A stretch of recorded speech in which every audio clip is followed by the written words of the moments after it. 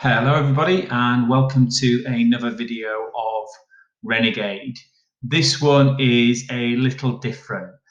We are massive Leeds United fans, and with the season being on hold, we wanted to make something cool for the club, but also spark the interest of people and show them the art of the possible again with the system. So we've mocked together something that we'd like to walk you through. Will only take a couple of minutes, but what we find is really powerful with IoT is showing people a system that is working. So naturally, we've put the system where we can into the Leeds United colours. We have our map facility here, obviously over Ellen Road, a real place of joy for myself and my brother.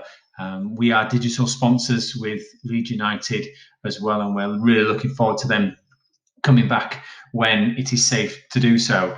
But that's the crux of the matter here. When it is safe to do so and the government start to lift restrictions, how do you ensure that you can keep yourself safe, especially at a venue as a stadium, even when crowds are allowed to come back in? I would like to see personally some level of technology, companies deploying as a level of safety, but they have to do it in a way that is effective but can also scale with the size of the operation as well. And as you can imagine, on match day, there is a lot of people moving about a football stadium.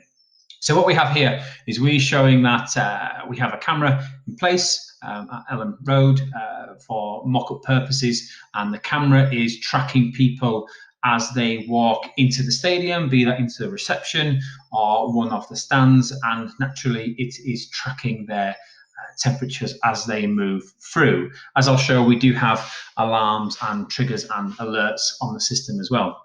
But more importantly as well, a football stadium is a big old asset, heavily consumption of energy, and there's a lot of things that can go wrong with a football stadium. So we wanted to be able to show Leeds the split of their energy, and we've done so between the two stands. Obviously, it's fantastic that we've seen the stand renamed to Norman Hunter, a fantastic Leeds United legend, and we're very sad that he's no longer with us. So we wanted to make sure that we paid tribute to Norman in this video. But we're showing here in the fantastic Leeds colours the split between the two stands from an energy point of view, and we've broken that down between how the spend is tracking per day on each stand and then aggregated up to a daily spend within the stadium.